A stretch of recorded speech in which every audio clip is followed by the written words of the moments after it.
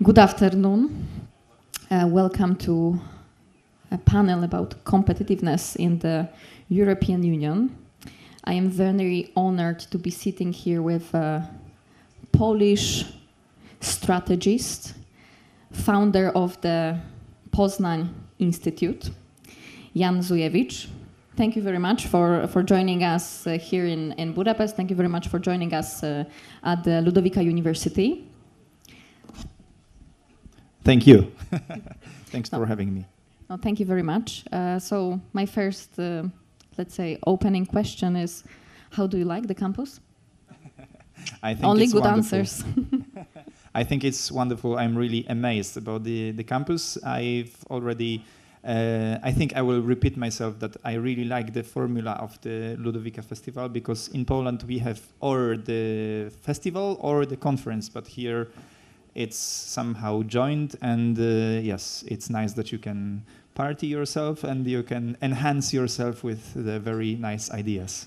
Exactly. So I was thinking about the format of our conversation. So my idea is that firstly we will talk to each other, discuss different kind of topics, but at the end I think it would be beneficial for all of us to also give the floor to you. So please don't hesitate to ask questions. Don't be shy. I think that's the most beneficial way of learning, so to make it more interactive. And I heard there will be additional points for the questions, so... I haven't heard about it, but we can work on it afterwards. All right, Jan, so maybe you can tell us in the beginning a little bit about the Poznań Institute, because I know that your institution is also dealing with the economical questions. So could you tell us something about it? Yeah, thank you very much. Poznań, I don't know, have any one of you heard about Poznań city? Okay, 1, 2, 3 persons. Poznań is a city placed exactly in the middle between Warsaw and Berlin. And actually it has a very connected, let's say, history to Hungary, because in Poznań, both in Poznań and in Budapest, happened the uprising against the communism in 1956. However, in Poznań it happened in June, and here, of course, it happened in October. So I come from Poznań, and already now I unfortunately live in Warsaw because of some work and my professional matters. However, I founded the Poznań Institute. It was 5 years ago, and we are a local think tank which copes mostly with the international affairs, also some municipal affairs. So actually we have quite a broad range of activity, but we also have a lot of matters and a lot of reports and analysis connected to the economy. So yeah, that's the kind of brief introduction. And just to finish, maybe our, let's say, crown event and crown project is the Poznań Economic Congress. Unfortunately, we don't have this festival. It's simply the conference, but maybe we will invent something, some concerts and parties. And it's planned for the half of November, exactly the 14th, 15th. So we have still 6 months to the event, but already now I invite you all. Thank you very much. So going directly to the topic of our today's discussion, competitiveness of the EU. And you are Polish. Well, I am also Polish. However, I'm based in Hungary right now. But if we look at the history of Poland, since Poland joined EU, actually, if we look, since 2004, Poland is constantly growing. If you look at the GDP, the economic growth, Poland is growing, and is, I believe, only one country that is growing so constantly. It was also the case of other countries that joined in 2004, the EU. However, due to the economic crisis in 2007, 2008, there were some, let's say, disruptions within other countries. But my question to you would be, why do you think, how is it possible that, a country is constantly growing? And how is it possible that somehow it was not disrupted by the economic crisis? Is it the power of the EU that we are developing so much, or what is behind it? Thanks for the question. I think it's very important, very deep, and very tough. And I think none of the economists of the whole world has the answer for it. However, yeah, that's right. That's true that Poland is some kind of master in terms of the development, fortunately. And since the fall of the communism, it is developing. Of course, as you mentioned, there were some years in which the GDP didn't rise.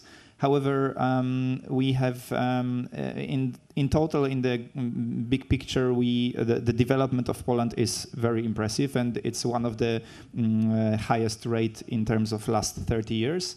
And referring to the topic of our discussion, I think the question of the competitiveness is the very question of, or the very reason of this constant development, because we know that before 1989 we didn't have the competitiveness. All the economy was led by the government, by the central institution. So there was no place, no space for entrepreneurship, of building your own company, etc., etc. I think I would answer to your question that what you need for the growth is the freedom, simply. And I think this is the absolute condition for the growth, for the development. And I would even say that not only in terms of economy. I think if you are a free man, also in terms of your psychology, mental state, then you develop. When you have some kind of limits which limit you, then it's simply, I think, the biggest boundary that makes the improvement and the improvement impossible. But to be honest, I mean, well, since 2004, we're part of the EU, not just Poland, but many other countries. But I don't think it's actually because of the EU. I mean, I don't know, maybe it's controversial, but if it would be because of the EU, then all of the other countries, I believe, should be also as developed, and they should all have the same economic growth. But if we look, for example, at Greece, that's not the case.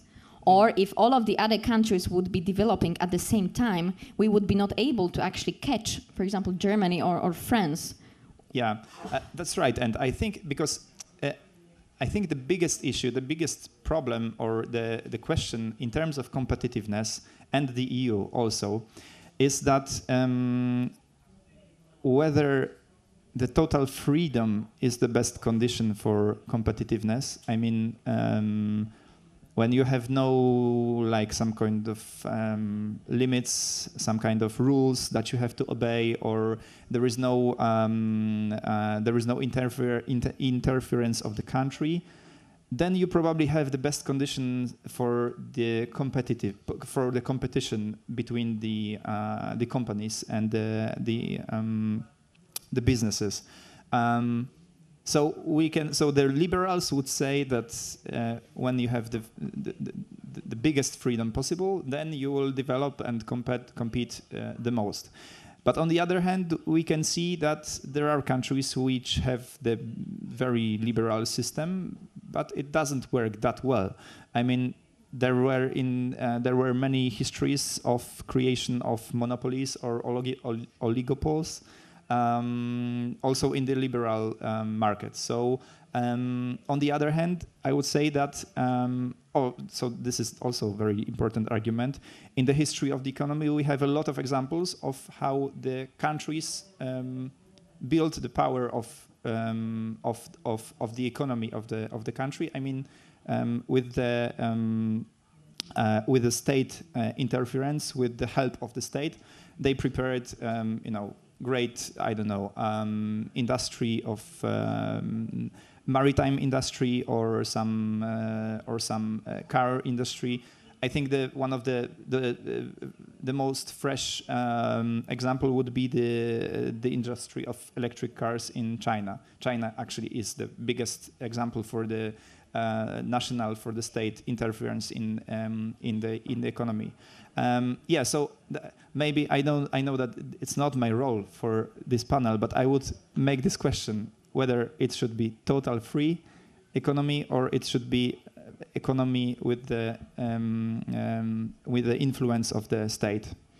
You know, during my classes when I teach and I ask some questions to my students, you know, the best answer you can always give is it depends. Yes, of course, that's the most expert. I mean, there's no perfect model, you know. For some countries, it can be total free market, but for some countries, I believe that the intervention of state is needed. And if we look at the, I don't know, Central Eastern Europe, I believe it's not possible without the state intervention in many of the sectors. Yeah, that's why I think in the middle of 19th century, it was invented the term of the social market economy. And I think it's even written in our constitution, in Polish constitution, but perhaps in the other countries as well.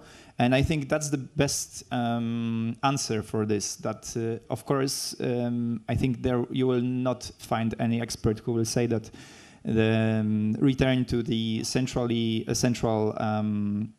led economy, which was part of the communist regime, would be beneficial. So everyone agrees that you need capitalism and that you need market economy, etc., etc. Yes, but on the other hand, I mean, that's my personal opinion, but I think that US, for example, system, well, don't get me wrong, but I think it's pathological in a way, because if we look at the educational system, if we look at the healthcare system, I mean, it's not right. It's not right. So yes, exactly. So because you cannot discuss only about the economic matters. I mean, in terms of GDP, in terms of companies, you always have to take into account the state of society, the state of individuals, etc., etc. However, when the financial crisis exploded in 2008, it simply occurred that the state had to intervene and to give the money to the banks so that not all the sector will fall. Yeah, and in a previous speech you mentioned something about obeying the rules, and I think. If we think about the EU itself and the rules, there are a lot of rules, a lot of regulation. And I have a feeling that we are regulating everything. I don't know if that's the same feeling. I don't know what do you think about it, but I have this feeling that in the EU we are regulating things that they even don't exist. I think the best example is AI. EU is very proud of itself that they firstly introduced regulations towards AI. But we have no AI. Like, what are we regulating at the end? Like, we are stopping something that we don't really have. Yeah. So actually, I think in general, the question of how much you have to regulate, how much you can live for the sake of the society or of the companies, is the question of the common sense. I mean, do we have common sense? Where? Yeah, in the EU. I don't think so. Okay, that's a brave statement. Well, I think it's the life of the society and the state of some matters in the society and in the economy is some kind of struggle between different forces, and I think now, as we are 1 month or even less before the elections, I can see that even the liberals. It's exactly 1 month today, I think. Oh yes, it's 9. Exactly 1 month. Yes, exactly. Yeah. So even the liberals, I mean, even the elites who created the system, I mean, in the last decades, not the ones who created the European Union because they were totally different guys, but the guys who are leading the EU now, I think they over-regulated many areas. That's right. I agree here. However, thanks to the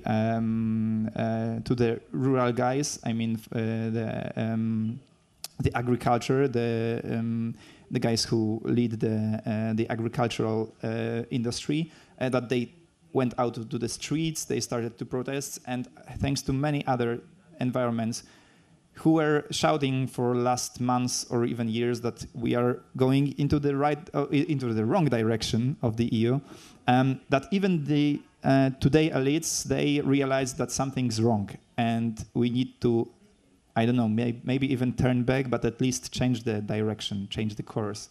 And Ursula von der Leyen, who is the head of the European Commission, who visited Poland yesterday, and I think she's now even today also in Poland, they, together with Prime Minister Donald Tusk, they published some kind of new idea for the Europe, and many of their observations, their plans were simply because of the fact that they also realized that we are going in the wrong direction.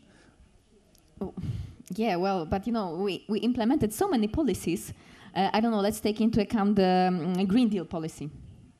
So, all of the countries had to agree for it. I mean, everybody agreed for the climate policy. And now, after so many years, we are realizing that it was not a good decision. Yeah, that's the I think the best example of this turning back.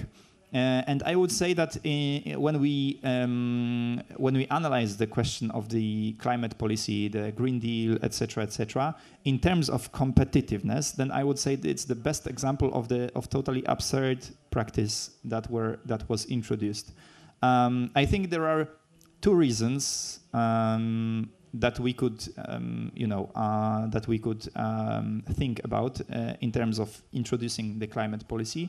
One is the, let's say, some moral matters. And I think this is something, of course, being the politician also must have the part of being, moral and introducing some policies which will be helpful for the society. And of course, I agree that the climate is changing and that we have to do something for to stop the changes, etc., etc.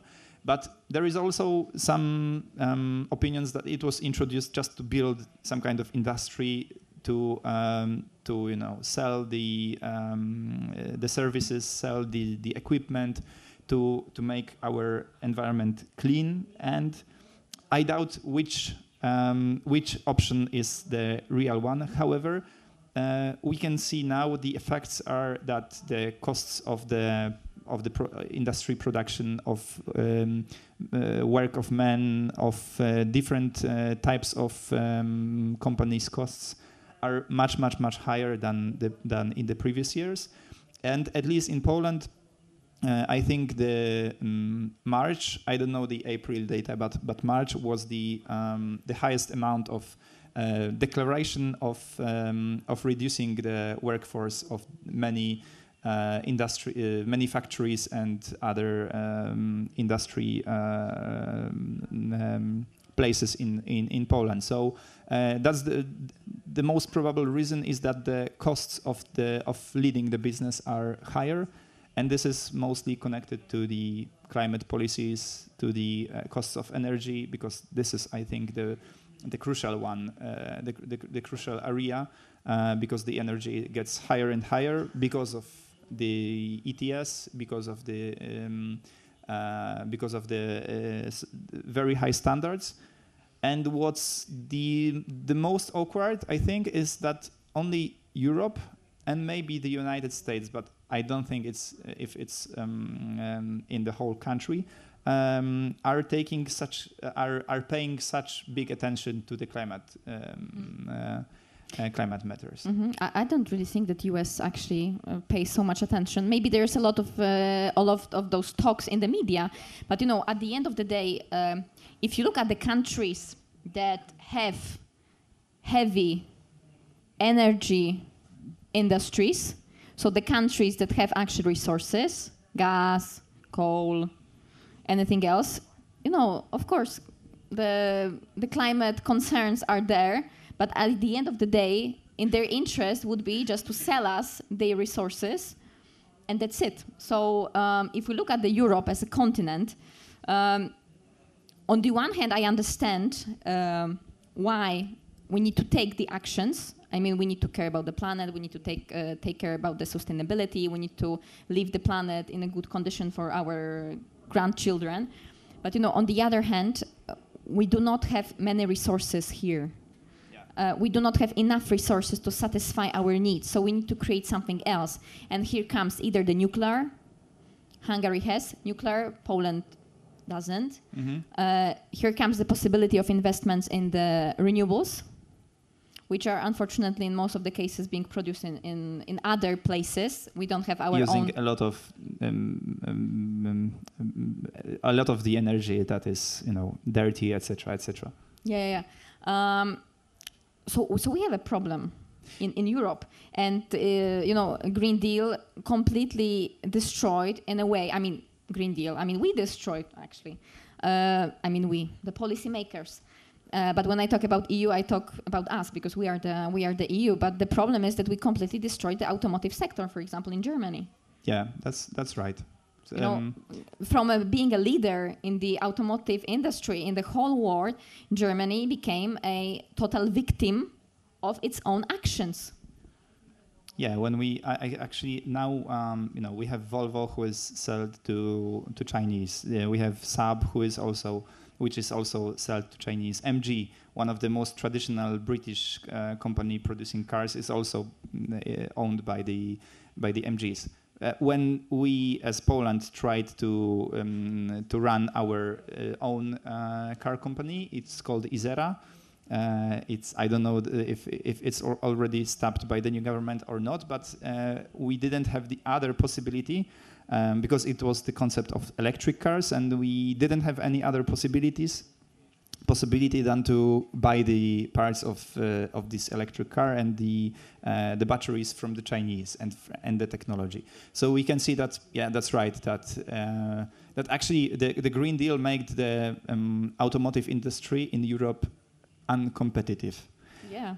And what I wanted to add is that in terms of, because the competitiveness of the economy in whole Europe and in separate countries themselves is one of the biggest goals of the EU. However, when we introduce some policies in which the poorer countries are much more vulnerable and much more, they have much worse situation because of the fact that the more expensive countries are able to buy the more expensive energy, but the poorer countries cannot. Then how can we define it other way than it's opposite to the goals of the European Union, which idea was to make the all market in the European Union as competitive as possible. Yeah, but something is not working here. But just going back to this automotive industry, last year I was observing what the European Commission is doing, because I think finally there was some kind of a waking up with regards to the cars. EV cars, because most of the EV cars that are being present in the EU are either Chinese or are either American. So what the European Commission did, they started some kind of an investigation, stating that the cars that are being sold on the European market that are coming from abroad, it was mainly, of course, about the American and Chinese cars, the prices are being dumped. So this was the solution. But I don't know where this investigation went, but from a customer point of view, would you prefer to buy a cheaper car, or would you prefer to buy a more expensive car? The first answer would be to have something cheaper, right? Average customer will not think about some more sophisticated perspective on it. If I need to buy something, I would buy something cheaper that is even maybe better quality, or I don't know, it's prettier. So I don't think about competitiveness of my own market. I think what would be better from my own perspective. Yeah, and I would say the same question is about the common agricultural policy in the EU. We know that the products, the food products we produce in the EU are not competitive with the ones which are produced out of the EU. That's why we have to, give additional money to agriculture, etc., etc. But there's also a big question if it's fair for the world. I mean, most probably, if we free the market of the European Union, then we would at least somehow help the problems with Africa, where the agricultural production would be one of their biggest advantage of their economies. And of course, it would make, because of the cost of production of the agricultural production, it would probably made many people at the countryside poorer, or they would simply lose their businesses. But actually, this is another area where the practices of the European Union are totally opposite to the ideas which were built and which were printed in the base of the EU. So actually, the European Union is full of different, contradictory policies and practices.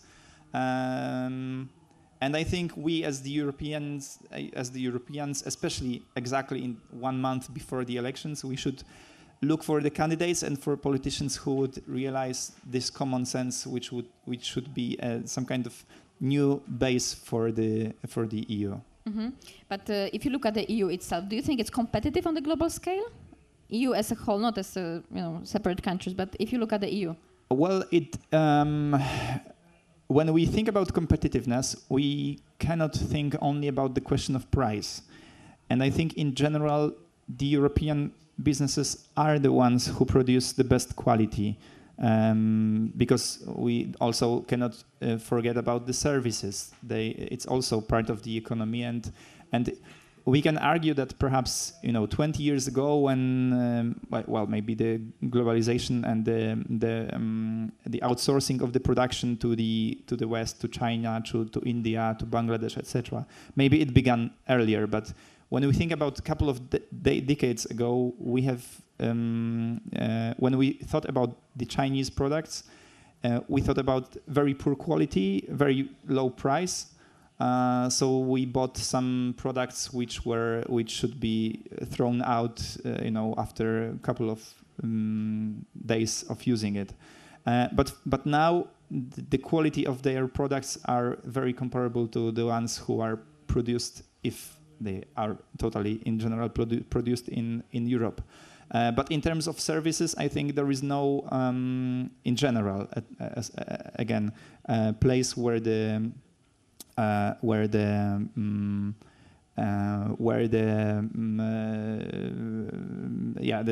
services that are produced in Europe, they are in general of much more quality. So if I have to answer your question about if Europe is competitive, then if I would like to be to sound like an expert there, I would say it depends. But if I want to be honest, I would say I don't know. Okay. And do you think that EU, let's say, voice matters if we look at the biggest superpower? Yeah, certainly. I think that's. Oh, I thought you will say no, because I had a very good argument, towards it. But go okay, on. But you can still disagree with me. However, no, I think the voice matters. Because something that is not arguable is that in the whole, the European economy is one of the biggest. The continent, the economy of the continent is one of the biggest in the world, and we know that those who have the strongest voice are those who have the strongest economy. So that's easier to answer. That's true. We are a huge market. So if we look at the American companies, Chinese companies, they still need to adapt to our market. And I think that one of the best example is Apple. Do you have iPhone? Anybody here? Yeah. So Apple company was being forced. Oh, they left. Maybe. Maybe they have Samsung. Yeah. Well, it's life. But the Apple company was being actually forced to change the cables. Yeah. Because of the pressure of the EU. So I think even though like some people think that we have no voice, people don't care about us. I mean, the global players. At the end of the day, they need to care about us because we are a huge market. We are a huge market here. And I think in general, since I don't know 200 years, since the time when the USA were founded and created. We have still some kind of balance between the empires. I would say if we treat the EU as a whole, of course we shouldn't do this, but for the sake of this discussion, I would do some kind of simplification. Then I think it's some kind of balance and struggle between the empires. I mean, the US, Europe, I don't know, Indochina perhaps. Also to generalize, and Russia. However, I think Russia is still already the country, the fallen empire, and I think it doesn't, apart from the military area and apart from the situations that they are the only crazy ones who can send some kind of military division to conquer some country, then all of the other participants of this global struggle, I think they are ready to somehow balance the aspirations of the other ones, because China in the last decades it created the very very competitive in terms of the price conditions of their economy. Europe has the quality. The US has the money. So everyone has something else, and maybe this is the best idea and the best way to make the world competitive. And just in connection to China, because in the beginning, not in the beginning, maybe in the middle of our discussion, you mentioned that Europe is the only one who actually cares about. I mean, implementing different kind of policies. But actually China is doing it as well. It might be very surprising, but they implemented, I don't know, 10 or I don't remember exactly how many, but they implemented another plan to actually become eco-friendly, zero-emission country. So, they are doing it. I don't know how they will actually achieve it, but they are implementing such policies. They are implementing. But at least they say they are implementing, right? For now. Yes. Yeah, so that's why we don't know, of course, about it. But this is also a case of being of trying to be competitive. Because today, when you want to be competitive, you have to put green energy, green practices everywhere you can. You simply have to greenwash yourself. This is, and I think this is again in a couple of years or maybe decades, there will be some kind of shift in the mood, in the trend, and we will forget about just like we forgot about the ozone layer, which was the what is the ozone layer was. No, I know. I'm just kidding. Yeah, we forgot. Yeah, exactly. So the ozone layer was one of the most sounding part of the, let's say, climate struggle in the 90s. Now no one remembers who we were discussing about this a couple of 20 years ago. And I think many of practices which are being introduced today will be forgotten in couple of years or decades. Okay, that's interesting. All right. So you think that in like 20 years we will not really care about ESG and maybe we will not. Maybe I'm not saying that we will not care, but we will. It will find change. Something else. Yes, we will find something else. What we will find? What is your? Oh, I don't know. I'm not a futurologist. I think I don't know. Maybe some space pollution. Because this is also some topic which is much more, it's discussed more and more often, that there is a lot of pollution in the space and there is a lot of rubbish, and I think some spaceships which are dedicated to collecting the rubbish are invented. So yeah, we can only imagine how it will look like. However, it's the other. Let's say, argument for the, or at least other prism at which we can look at the question of competitiveness, because the competitiveness has a lot of different, areas and different factors: the price, the quality, but also some kind of, marketing. So if today you have to call yourself green and do a lot of different practices to make yourself really green, then there will be some other practices which you will have to adjust to lead the business.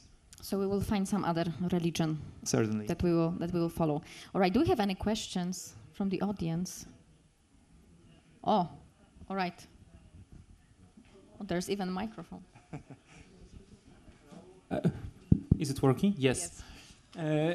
You talked about the topic of EU climate policy, and while EU is striving for being more and more competitive, among its member states, it has different type and size of economies. So my question is whether this climate policy more speeds the economies up or slows them down.